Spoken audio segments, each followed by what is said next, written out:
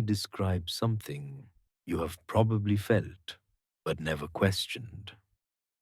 You sit down to learn something new, maybe a skill, maybe a subject, maybe an art.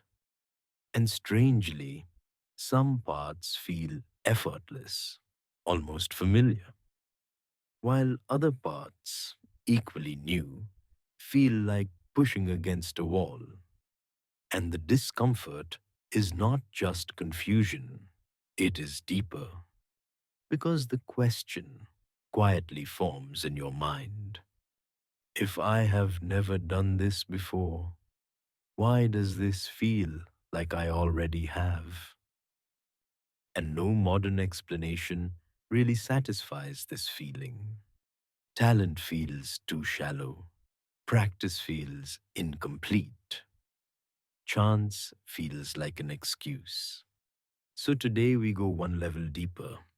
Not what impressions are, not that they exist, but the real question: where do these impressions come from? In Vedanta, an impression is not a vague psychological idea. It is called a samskara.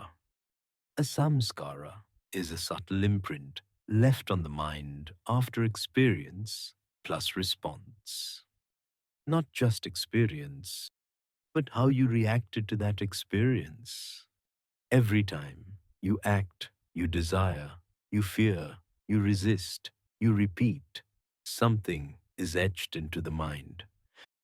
And these etchings do not disappear. When the moment ends, they remain latent, waiting. This is important. You are not a blank slate waking up each morning. You are a storehouse of accumulated tendencies. Imagine a field of tall grass. The first time you walk across it, it is difficult. The grass resists. But if you walk the same path again, it becomes slightly easier. After many repetitions, a visible path forms. Eventually, you don't even think. Your feet naturally choose that path. Saṁskāras work exactly like this. Your talents, habits, fears, and attractions are mental footpaths carved by repetition. Now, the real question becomes unavoidable: who walked these paths first? Let us be brutally honest. A single lifetime explanation fails in many cases because we observe children showing strong inclinations before exposure, effort not correlating with ease, different learning curves under identical conditions. Vedanta makes a bold claim here. The mind does not begin at birth. Birth is not the start of the mind. It is only a continuation point. What you call my personality is actually a carried structure. One child runs toward music, another toward numbers, another toward silence, another toward conflict. Not because of random genetics alone, but because tendencies precede circumstances. Imagine reading a book. You stop halfway. Now imagine waking up tomorrow with no memory of reading it. But the book is already open at chapter 7. As you read, some pages feel strangely familiar, others feel confusing. You did not start the story today. You merely resumed it. Vedanta says your life works the same way. You did not begin the story at birth. You entered mid-chapter.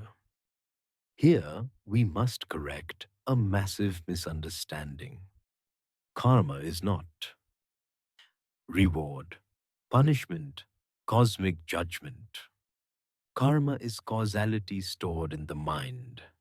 Every action leaves an external result, an internal modification.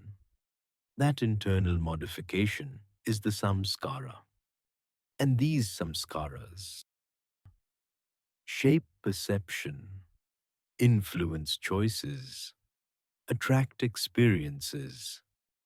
This is why the same situation inspires one person, terrifies another, was a third. The situation is neutral. The impressions interpret it. Imagine wearing glasses with colored lenses your entire life. Blue lenses. Everything looks blue. One day, someone tells you, the world is not blue. You laugh. Because for you, it always has been. Saṁskāras are these lenses. They do not change reality. They change how reality appears to you. And most people never remove them. This explains something subtle. Talent feels deeply personal. You say, this is me, but Vedanta would say, this is what has accumulated through you. You did not decide your inclinations. You inherited them from your own past actions. Talent is not magic. It is momentum. And momentum always comes from previous motion, because a dangerous misunderstanding can arise. If impressions come from the past, does that mean everything is fixed? Can they be changed? Can talent be cultivated? Can tendencies be redirected? Vedanta does not leave you with mystery alone, but answering that requires pulling everything together. What talent really is, why memory feels like ability, how impressions form, and how awareness interacts with them. That is why the next video exists. In the next video, we will combine everything, not philosophically, but practically. Is talent really natural? A deeper look. Through Vedanta, talent isn't magic, it's memory. Why this feels familiar, where these impressions come from.